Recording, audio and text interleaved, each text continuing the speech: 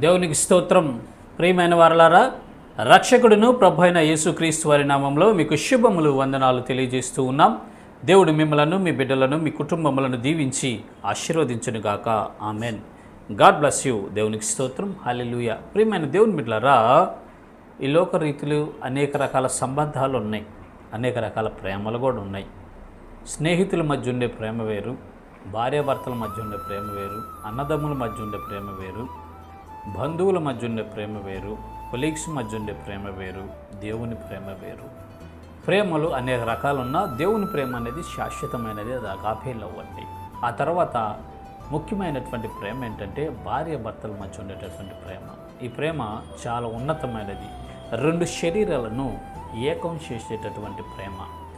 రెండు శరీరాలను, రెండు వేరు వేరు వ్యక్తులను ఒకటిగా కలిపి ఒక శరీరంగా జీవింపజేసేదే భార్యాభర్తల ప్రేమని మనం తెలుసుకోగలం. చూద్దాము. లేఖన భాగాన్ని మనం ఒకసారి గమనించినట్లయితే ఎఫెసీయులకు రాసిన పత్రిక 5వ అధ్యాయము 28వ వచనంలో ఈ రీతిగా రాయబడి ఉంది. అటువలనే పురుషులు కూడా తమ సొంత శరీరముల వలె తమ భార్యలను ప్రేమింపబద్ధులై ఉన్నారు. తన భార్యను ప్రేమించువాడు తన్ను ప్రేమించుకొనుచున్నాడు. దేవునికి స్తోత్రం. హల్లెలూయా. ప్రియమైన దేవుని బిడ్డలారా, వాక్యం వింటున్నటువంటి ప్రజలారా, తన భార్యను ప్రేమించువాడు తన్ను ప్రేమించుకున్నట్లు వాడు అంటున్నాడు. తన భార్యను ప్రేమించువాడు తన్ను ప్రేమించుకునివాడు అని లేఖన భాగాలు సెలవిస్తున్నాయండి.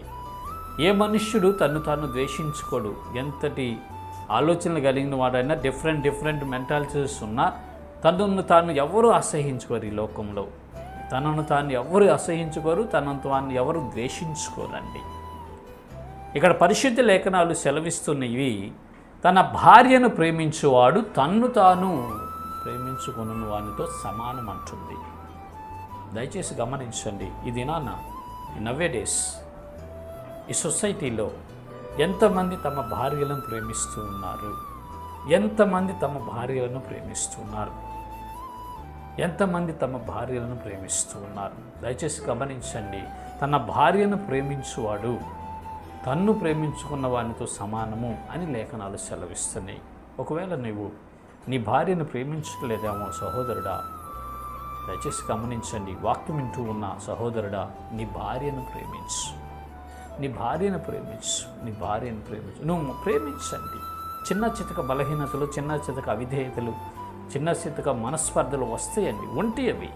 అయినను దేవుని ప్రేమను బట్టి, దేవుని వాక్యమును బట్టి నువ్వు నీ భార్యను ప్రేమించగలిగితే ఒకానొక రోజు ఆమె పశ్చాత్తాపడుతుంది, నీకు విధేయురాలు అవుతుంది, నీకు లోబడుతుంది, నువ్వు చెప్పిన ప్రతి మాట వింటుంది. ఎప్పుడంటే మొదటగా నువ్వు ప్రేమించగలిగినప్పుడు. హృదయపూర్వకంగా నీ భార్యను నువ్వు ప్రేమించాలండి. హృదయపూర్వకంగా నీ భార్యను నువ్వు ప్రేమించాలి. ఇప్పుడు నవ్య డేస్ ఈ లోకంలో హృదయపూర్వకంగా ఆడ ప్రేమిస్తున్నారు, అంత నోటితో ప్రేమిస్తున్నారు, మాయ మాటలతో ప్రేమిస్తున్నారు. హృదయంలో నుండి ప్రేమ ఉండలేదు ఈ దుర్దినాల్లో. దయచేసి గమనించండి. అవి తీసి పక్కన పెట్టేసి హృదయపూర్వకంగా నీ భార్యను ప్రేమించగలిగితే ఆమె నీకు విధేయురాలు అవుతుంది, ఆమె నీకు లోబడుతుంది, ఆమె నీకు మంచి ఔషధం వలె పనిచేస్తుందండి. దయచేసి గమనించండి. తన భార్యను ప్రేమించువాడు తన్ను ప్రేమించుకున్న వానితో సమానమని లేఖనాలు సెలవిస్తున్నాయి. ఇది మొదలుకొని నీ భార్యను ప్రేమించండి. ఇప్పటివరకు మీరు ప్రేమిస్తూ ఉన్నారు, ఇంకా అధికం చేయండి. చిన్న చిత్తగా బలహీనతలు, మనస్పర్ధలు ఉంటే అన్ని తీసివేయండి. యేసు నామములో ప్రార్థన చేసి విడిచిపెట్టేసేసి పరిశుద్ధమైన హృదయముతో, పరిపూర్ణమైన హృదయముతో, పూర్తి హృదయంతో, హార్ట్ఫుల్గా మీ భార్యను ప్రేమించండి. అప్పుడు ఆవిడ మీకు లోబడుతుంది, విధేయురాలు అవుతుంది. కుటుంబం అంతయు ఆనందకరంగా మార్చబడుతుంది. మీ కుటుంబము అభివృద్ధి చెంది ఆశీర్వదించబడుతుంది. ఇటు కృప దేవుడు మనందరికీ కలుగు చేయనుగాక. ఆమెన్. God bless you. దేవుని స్తోత్రం. హల్లెలూయా.